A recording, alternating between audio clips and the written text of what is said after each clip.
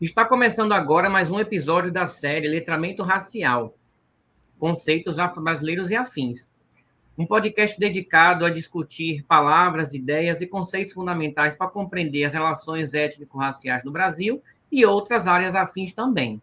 A partir de obras de referência, experiências cotidianas e debates contemporâneos, essa série propõe uma escuta crítica sobre linguagem, história, cultura e poder, contribuindo para a educação antirracista, combate a preconceitos diversos e o fortalecimento do pensamento crítico.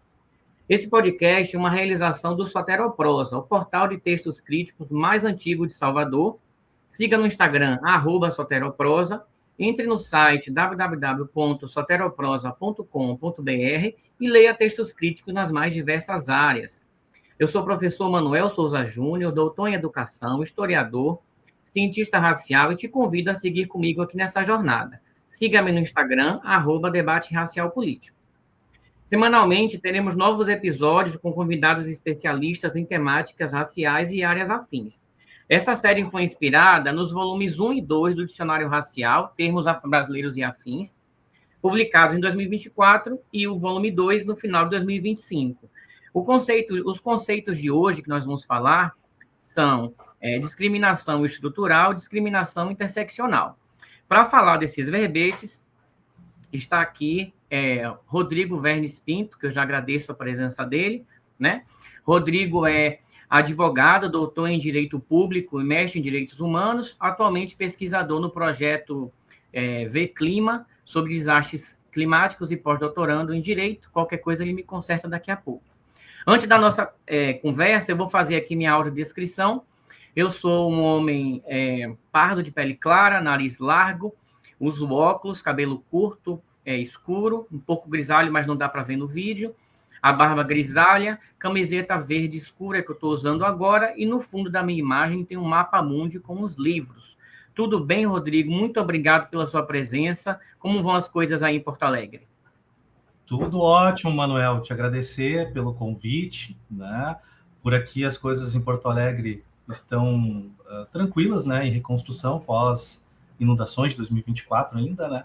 E aproveitando, vou me audiodescrever também. Eu sou um homem de 47 anos, branco, cabelos pretos, a barba levemente grisalha, uso um óculos com armação preta e estou com uma camisa de tonalidade rosa. Ao fundo, o fundo é branco com um abajur preto. Retomando, né, quero agradecer novamente pelo convite para nós conversarmos um pouquinho sobre esses temas, esses conceitos, e também te parabenizar pelo trabalho, um trabalho de alta relevância social e acadêmica, e espero contribuir, assim como tive o privilégio de contribuir com os verbetes no primeiro volume do dicionário.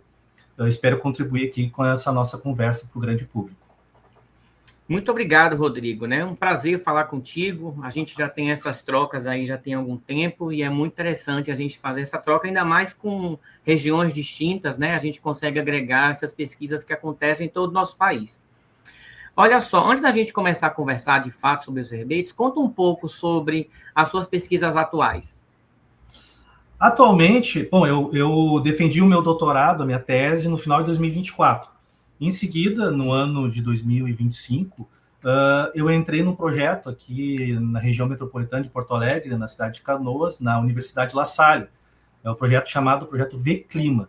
É um projeto, assim, que eu costumo dizer, além de ser relevante, bem ousado, porque é um projeto interdisciplinar, tem uma projeção internacional que trata sobre os desastres climáticos, em específico sobre o desastre ocorrido aqui no estado do Rio Grande do Sul, as inundações de maio de 2024, e com a participação de outras instituições de ensino também, por exemplo, Unicinos, URGS, FURG, Unijuí, né, o PF, várias instituições, e também com uma perspectiva de direito comparado com outras instituições da Itália e da Espanha.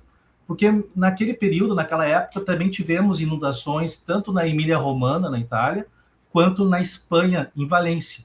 Então, é um projeto interdisciplinar. Por exemplo, eu sou do direito, tenho pessoas, colegas bolsistas da sociologia, da biologia, da psicologia, de análise de dados. Então, é um projeto bem interessante. Fizemos, durante o ano passado, o diagnóstico de contexto, da realidade aqui das perdas ocorridas no Estado, perdas ecossistêmicas, perdas sociais, perdas humanas, perdas estruturais também. E agora estamos chegando numa fase que é a fase de entrevistas com as pessoas afetadas, lideranças comunitárias e pessoas afetadas, para chegar ao final, né, o prazo, digamos, do relatório final seria o final desse ano, traçarmos esse diagnóstico e também propormos medidas e protocolos para o poder público para auxiliar no combate desses desastres, na minimização, mitigação desses desastres climáticos. É muito interessante quando a gente fala sobre isso, né? Porque vira e mexe acontece esses desastres em várias regiões do país, né? Aí em Porto Alegre a gente sabe, e no Rio Grande do Sul, no interior também, a gente sabe que foi muito forte, a gente acompanhou daqui, o país inteiro acompanhou, né? O que vocês passaram aí no Sul. E o que eu acho assim curioso, para não usar outra palavra, é que os políticos sabem disso tudo, né? E esperam acontecer uma situação dessa para poder, enfim, tomar as medidas para não acontecer mais. E mesmo assim não foi outra enchente, com menor proporção, lógico, mas eu acompanhei daqui que teve isso também, não foi isso? Sim, em seguida, o clima, as mudanças climáticas, a emergência climática, ela é latente. Então, em seguida, depois de maio de 2024, tivemos alguns outros episódios. Indo ao encontro do que tu falou, um dos objetivos desse projeto é justamente traçar um diagnóstico sobre o que ocorreu e também dessas falhas de comunicação, comunicações institucionais, e também indo ao encontro até do nosso tema aqui, invariavelmente, quem sofre mais com desastres são as partes da população mais vulnerável, que aí entram diversas intersecções, diversos marcadores sociais. Então, esse levantamento de dados que nós estamos fazendo tem essa importância para demonstrar justamente isso, que essas falhas estruturais, essas falhas de infraestrutura, da política pública em si, da comunicação, muito claro, nós falamos muito aqui no Estado que foi, de uma certa forma, entre aspas, democrático, né, o efeito e a consequência da inundação de maio de 2024 no Rio Grande do Sul. Mas quem sentiu mais, quem teve o maior impacto, foi justamente a população mais vulnerável. Então, a importância de um projeto dessa magnitude é para isso também, demonstrar quem mais sofre, né, com as inundações. A gente fala disso também no campo social, quando a gente se refere ao racismo ambiental, né, que também está completamente ligado com essa temática. Então, entrando já no tema, né, do verbete, a discriminação estrutural interseccional, né, você já acabou conectando aí com o seu estudo. Como é o que te motivou a escrever esses dois verbetes, né?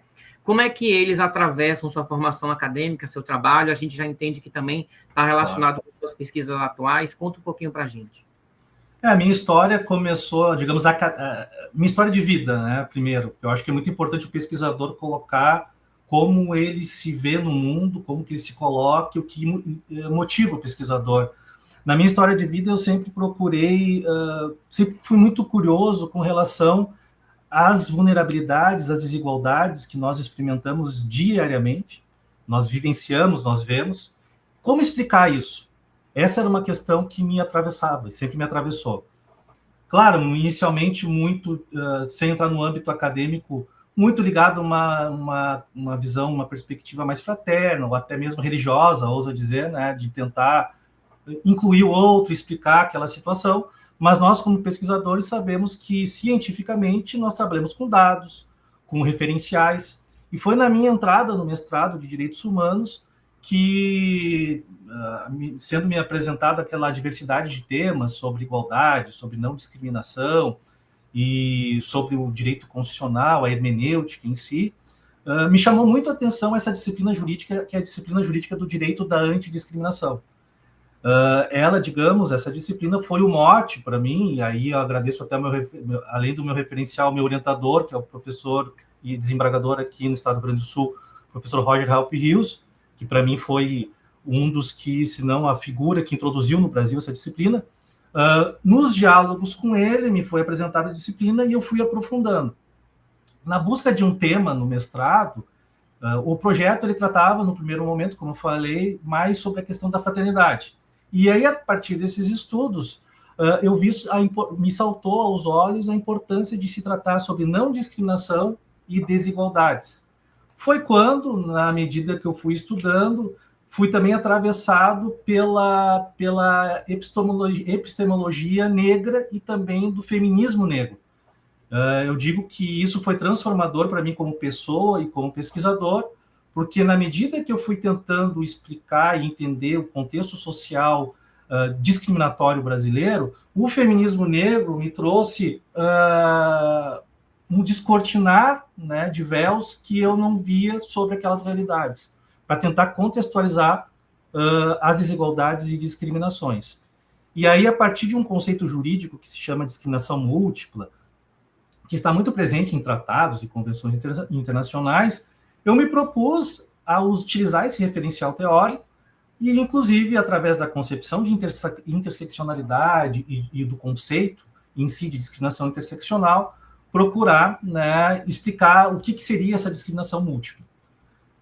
Passaram-se os anos, eu continuei elaborando e produzindo academicamente sobre esse tema, e já no doutorado explorei e abordei um outro conceito, que é o conceito de discriminação estrutural. Porque já no mestrado eu vi que faltou explicar o que seria essa estrutura social discriminatória e como que funcionam essas dinâmicas, essas amarras de relações sociais que acabam de forma antidemocrática mantendo desigualdades, mantendo padrões discriminatórios, reproduzindo, através de várias quadras históricas, o não respeito à igualdade e à não discriminação. E aí, utilizando de outro referencial teórico, sociológico, que é do Pierre Bourdieu, o autor clássico, eu procurei usar essas lentes da sociologia reflexiva de Bourdieu para tentar compreender o que é a estrutura social e para explicar e, digamos, de forma inovatória, trazer um conceito de discriminação estrutural. Então, bem rápida, de uma forma bem rápida, né, e tentando resumir mais ou menos essa jornada, assim, sabe, que me incomodava com relação, e sempre me incomodou com relação às desigualdades e discriminações, eu tentei, através desses referenciais, explorar academicamente e produzir, que eu acho que é uma via a ser pavimentada para tentar, pelo menos, não só explicar teoricamente, mas auxiliar, né, em políticas públicas, no judiciário, para enfrentar essas desigualdades. Como é que seria uma definição, assim, em poucas palavras, de cada um desses dois termos? Explica para a gente. Tentando sintetizar, falando de interseccionalidade e discriminação interseccional, eu citei anteriormente a categoria jurídica que nós chamamos, que é o de discriminação múltipla.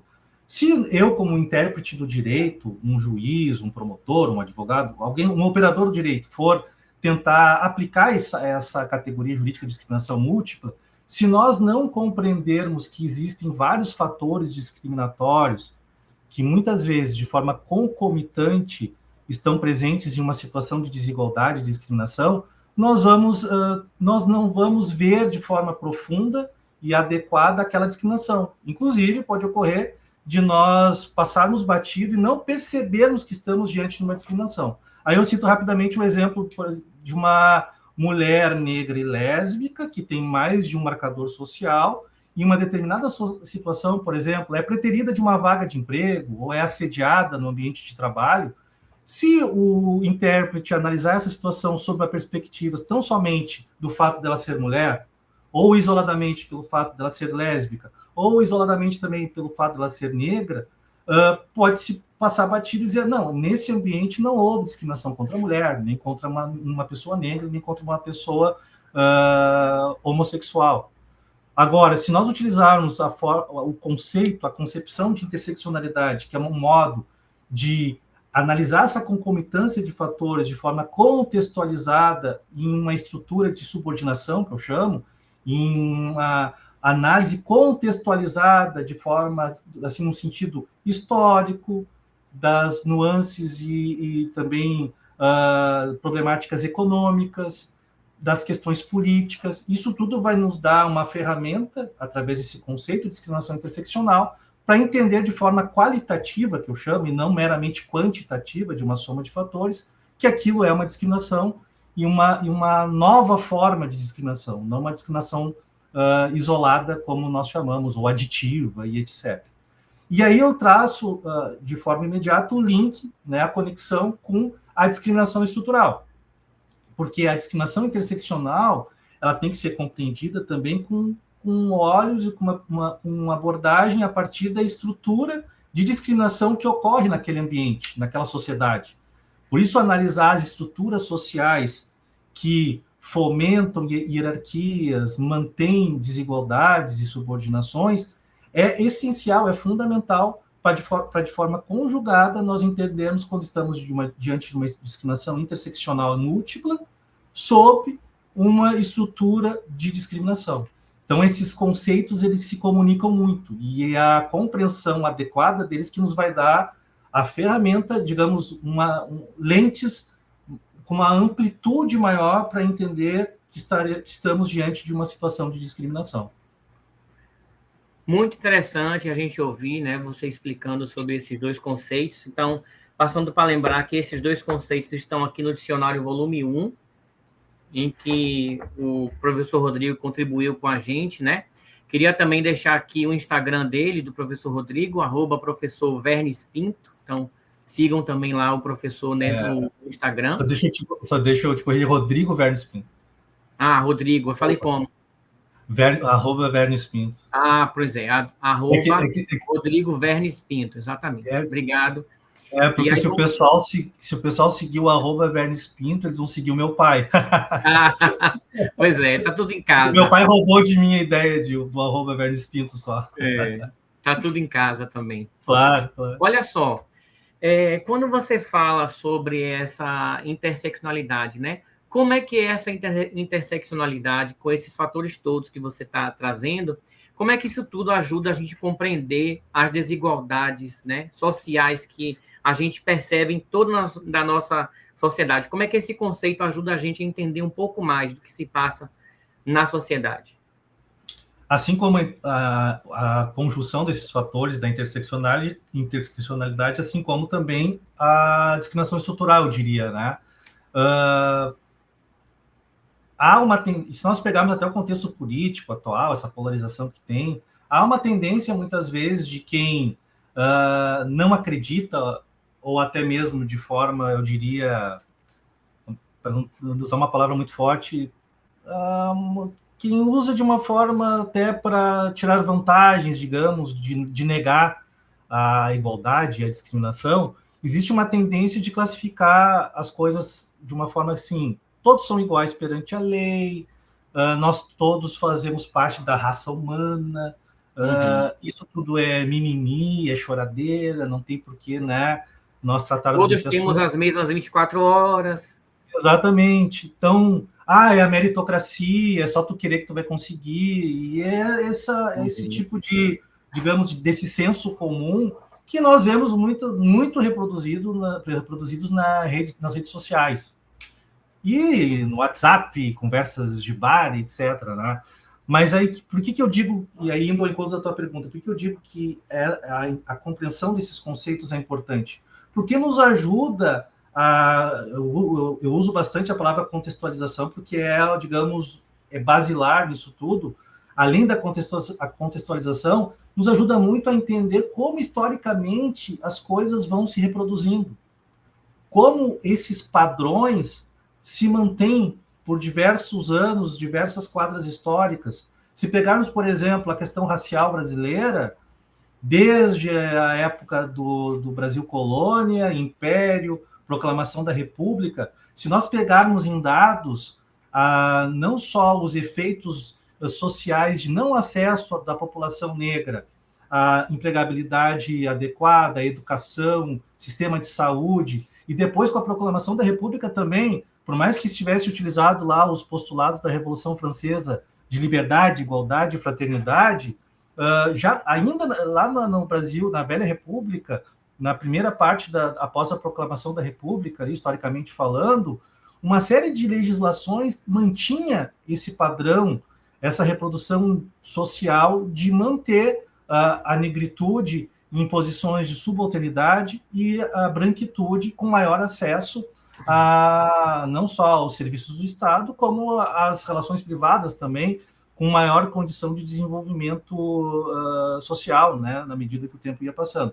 Então, esses conceitos nos ajudam a contextualizar tudo isso e entender essas reproduções, porque nada mais, nada menos, quando nós falamos de estrutura social, nós temos que analisar essas tendências sociais e analisar aquilo que como eu falei antes do Bourdieu, que é um referencial importante nos dias, de forma historicizada as condições sociais em que os grupos têm acesso ou não a determinados bens, a determinados direitos, e outros não têm esse acesso. Então, no momento que nós utilizamos esses conceitos e verificamos que existem marcadores sociais que, com a concomitância deles, geram uma maior potencial de desigualdade e discriminação, assim como quando nós analisamos que há estruturas sociais que mantêm desigualdades e discriminações, nós vamos conseguir ver com uma maior amplitude que estamos diante de uma desigualdade, de uma discriminação. Então, aí a importância dos dados. Pegarmos dados oficiais, por exemplo, dados do IBGE, dados do setor de empregabilidade, ou seja, dados oficiais em conjunto com essa produção que nós temos acadêmica e científica para explicar o que realmente acontece. Porque, e também é importante nós entendermos que as palavras, elas não são, digamos, ingênuas, né? Todas as palavras, como são colocadas, como que nós podemos compreender e interpretar. Então, eu acredito muito nisso, que a compreensão desses conceitos nos dá uma ferramenta para destrinchar, né, muitas vezes, e também desatar nós que não nos deixam entender o problema, e também trazer uma maior concretude na aplicação do princípio da igualdade e da não discriminação. Agora, Rodrigo, o seguinte, entendendo esses conceitos como muito complexos, no sentido de serem enraizados em várias vertentes, né, da camada social, como é que você acredita que as instituições, como, por exemplo, o Estado e o sistema jurídico, eles já conseguem lidar com essa complexidade? Caso não consigam ainda, né? Do meu olhar aqui de fora, sem ser da área, eu entendo que não, entendo que tem algumas coisas a serem feitas ainda. Mas, assim, o que falta, então, para que realmente esses conceitos sejam internalizados, sejam enfrentados de uma forma mais eficaz por essas instituições? O que você acha? Excelente pergunta. A questão de saber lidar e bem compreender também passa por uma perspectiva e abordagem institucional, né? Até porque e aí é uma das dificuldades também que eu trago aqui, muitos estudiosos do direito e até de outros saberes afins ao direito confundem a chamada discriminação institucional com a discriminação estrutural, por exemplo. Claro que as instituições, elas nada menos são do que o reflexo das estruturas sociais. Então, tem muito a ver com a discriminação estrutural. Mas nós não podemos compreender a situação meramente como discriminações institucionais que ocorrem no seio das instituições. A abordagem ela tem que ser de uma forma macro, não meso ou micro no sentido institucional. E há uma dificuldade tremenda, além dessa compreensão e dessa falta de interpretação adequada desses conceitos, porque muitos autores, inclusive meramente descrevem o que está acontecendo, mas não procuram entender como que se dá a dinâmica. Eu já tive casos no judiciário, eu sou advogado, de chegar com uma ação, uma reclamatória trabalhista tratando sobre racismo estrutural e que o juiz, julgando aquele caso, não tinha essa compreensão que se estava diante de um caso de racismo estrutural. Uhum. E aí isso é um dificultador. Por que é um dificultador? Porque a pessoa que sofre com a discriminação, ela é duplamente vitimizada. Ela chega nas portas do judiciário, que é onde ela tem, digamos, o seu último bastião de segurança jurídica que vai ser atendida, ela encontra mais barreiras, mais obstáculos para se compreender que aquilo foi um caso de discriminação. Então,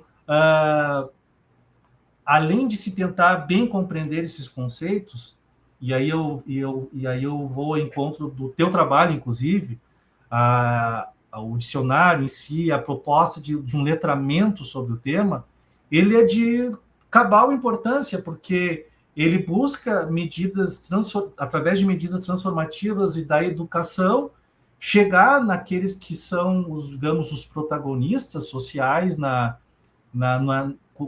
lida desses problemas e demonstrar que é através do letramento, através da educação, através de uma formação adequada, que, de posse desses conceitos, nós teremos ferramentas para tentar, mesmo que seja utópico, né, mas tentar transformar essas realidades. Então, a barreira institucional ela é grande, e é através da formação constante, do letramento, da compreensão adequada de conceitos, como eu disse antes, né, o conceito, as palavras, elas não são ingênuas. Então, até entender o que está por trás dos discursos, qual é a carga política e qual é a intencionalidade que tem ali. E muitas vezes é importante a gente falar, né, que quando nós falamos de discriminações, nós não tratamos só daquelas intencionalidades, mas também das discriminações que ocorrem de forma indireta, sem intencionalidade, mas que geram efeitos discriminatórios que são mantidos por tempos, né? Porque nós podemos chegar aqui e dizer assim, olha, existe racismo no Brasil. Aí alguém pode dizer, então quer dizer que o Estado brasileiro é racista porque ele mantém esse status, né, essa condição social. Aí entra a questão da não intencionalidade, que mesmo um conjunto normativo forte, que eu acredito que nós temos, várias legislações que tratam sobre o racismo e desigualdades, mesmo assim a condição social desses grupos vulneráveis se mantém. Então, é entender que mesmo na ausência de intencionalidade existem efeitos, e esses efeitos geram discriminações. Que isso também é uma forma de se aprofundar e coibir essa barreira institucional de compreensão. Muitas vezes existem pessoas... Eu procuro ser otimista, acreditar que a maioria das pessoas tem boas intenções, né?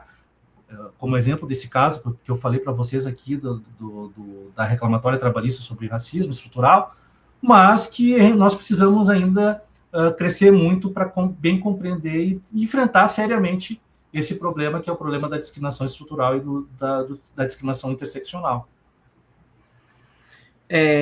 Ô, Rodrigo, quando a gente fala, né, que desses conceitos, né, me vem na mente o seguinte, que esses conceitos, essa discriminação estrutural, interseccional, está presente em todo o tecido social, né?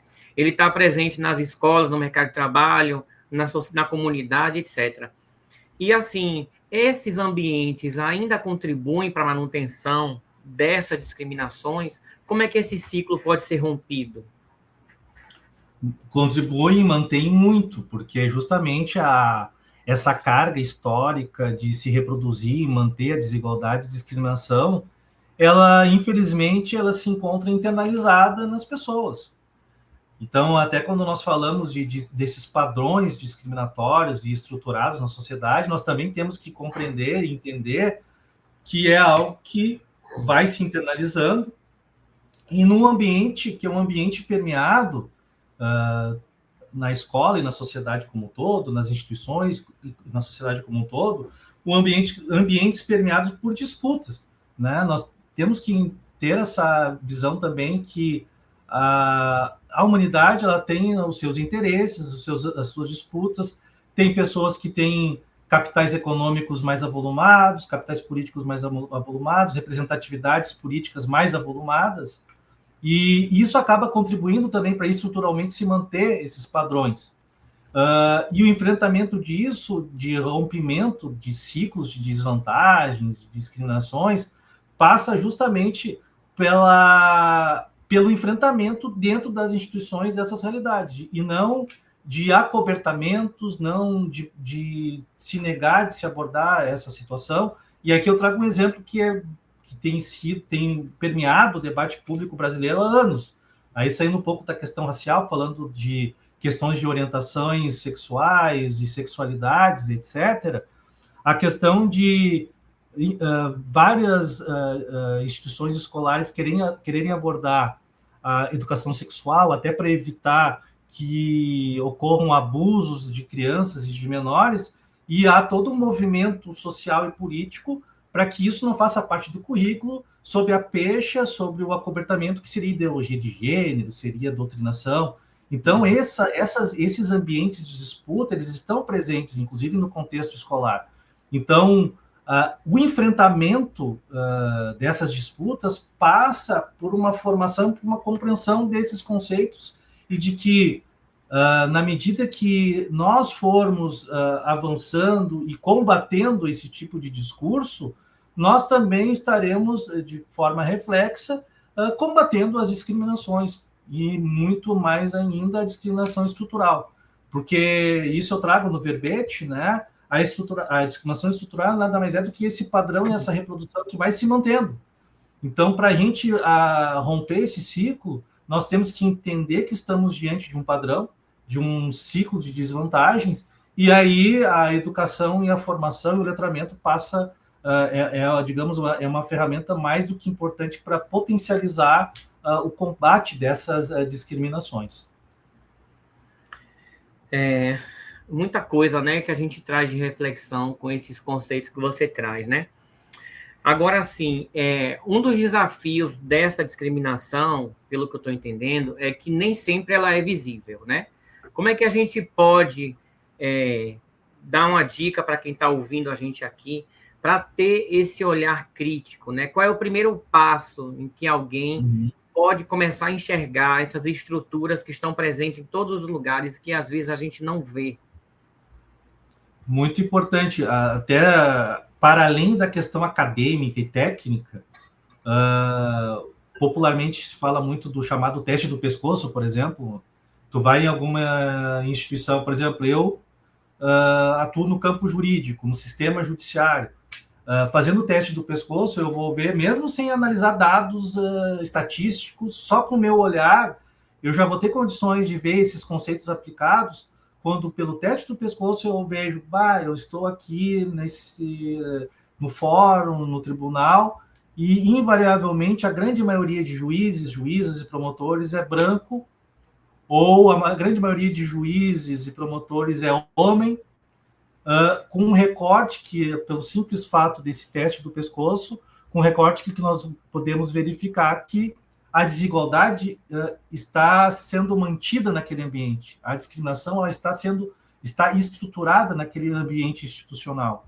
Ou a pessoa vai num restaurante, digamos, famoso, e os frequentadores desse restaurante, em sua grande parte, são do grupo social branco, da branquitude, e quem atende essas pessoas são os negros, quem limpa aquele local são os negros, que é um claro exemplo de uma empregabilidade subalterna, em que se mantém hierarquias sociais, mantém hierarquias socioeconômicas, digamos, que é um padrão, e isso vai se reproduzindo. Isso muito por conta da nossa carga histórica, que vai desde a escravatura, desde a escravidão, uma carga histórica também de supervalorização da heterossexualidade, uma estrutura machista que supervaloriza os homens, isso tudo pelo simples olhar que nós, como tu falaste, né, Manuel, um olhar crítico, pelo simples olhar crítico, nós vamos ao encontro desses conceitos.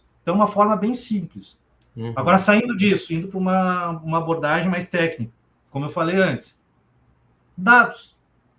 Buscar estatísticas, isso nos ajuda muito. Eu voltando, né, na minha profissão, eu trabalho como advogado. Não basta eu trazer só esses conceitos. Eu tenho que trazer para aquele que vai julgar, por exemplo, dados fidedignos e sérios para comprovar isso que eu estou argumentando.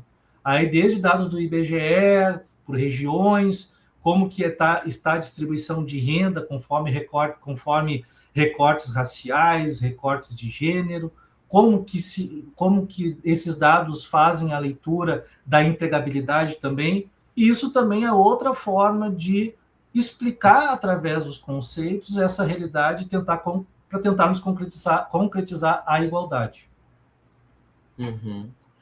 Agora, falando dessa parte aí que você falou, né, toda agora, você acha que, com base nisso tudo, mudanças individuais são suficientes ou realmente a gente precisa transformar as instituições? Eu costumo dizer que é uma dupla meia-volta, é uma dupla face, é uma moeda com duas faces. Assim como a igualdade, nós falamos em igualdade material e formal, uma mais todos são iguais perante a lei, meritocracia, e a igualdade material, que nós temos que analisar o contexto dos grupos que são vulnerabilizados, a mudança ela passa também tanto pelo individual, pelos agentes sociais, as suas capacidades de agência para mudar tudo isso, quanto pelas instituições e pela estrutura social, pelas disputas nos campos que nós nos deparamos diariamente, pela transformação digamos, do acesso e da representatividade nesses campos de todos de forma igualitária, isonômica. E aí eu falo de uma perspectiva política, desde uma perspectiva econômica, o acesso pleno a todos. Então, a mudança ela não passa só pela internalização individual de todos na compreensão disso tudo, mas também de uma transformação das estruturas que nós podemos chamar de estruturas materializadas na sociedade, né? Essas instituições são estruturas materiais. Por exemplo, a estrutura do sistema judiciário, ela também tem que ser mudada com a participação equânime de todos. A estrutura do campo educacional também, o campo político também. Eu sei, nós temos legislação que prevê o acesso, inclusive acesso através de políticas públicas de ações afirmativas para tentar equalizar tudo isso. Mas, e aí indo ao encontro da tua pergunta também, não basta uma legislação propondo políticas de ações afirmativas para a modificação das instituições, das estruturas materiais. É necessário também uma mudança de visão de mundo e de internalização dos agentes sociais, dos indivíduos, para que a reprodução, digamos, positiva de um padrão não desigual se perfaça, em conjunto com a questão institucional. Então, eu sei que é complexo falar isso, né? Eu estou tentando traduzir de uma forma que seja palatável e acessível de compreensão. Mas a mudança, ela é, dentro dessa complexidade, tanto individual quanto coletiva. Uhum. Ou seja, é uma via de mão dupla. As duas coisas precisam atuar conjuntamente, né? Não adianta só ações individuais, não adianta só as instituições estarem trabalhando. Exatamente. Agora, sim, indo para o chão da escola, né? Agora, como é que professores e educadores podem, de fato, trabalhar com esse tema em sala de aula? Olha, aí tem a questão legislativa e curricular, né? E isso são entraves institucionais também que eu vejo. Por exemplo, nós temos a lei para ensino de educação étnico-racial no Brasil há anos. Temos o Estatuto da Igualdade Racial, falando de um recorte racial. E mesmo assim, nós vemos uma certa resistência, muitas vezes, do chão da escola, dos educadores, de colocar isso em prática. Então, essa dupla via que eu falava anteriormente, também ela tem que atingir o chão da escola muito através dos educadores, muito através das direções, muito através dos currículos que tem que efetivamente pôr em prática aquilo que a legislação já nos traz.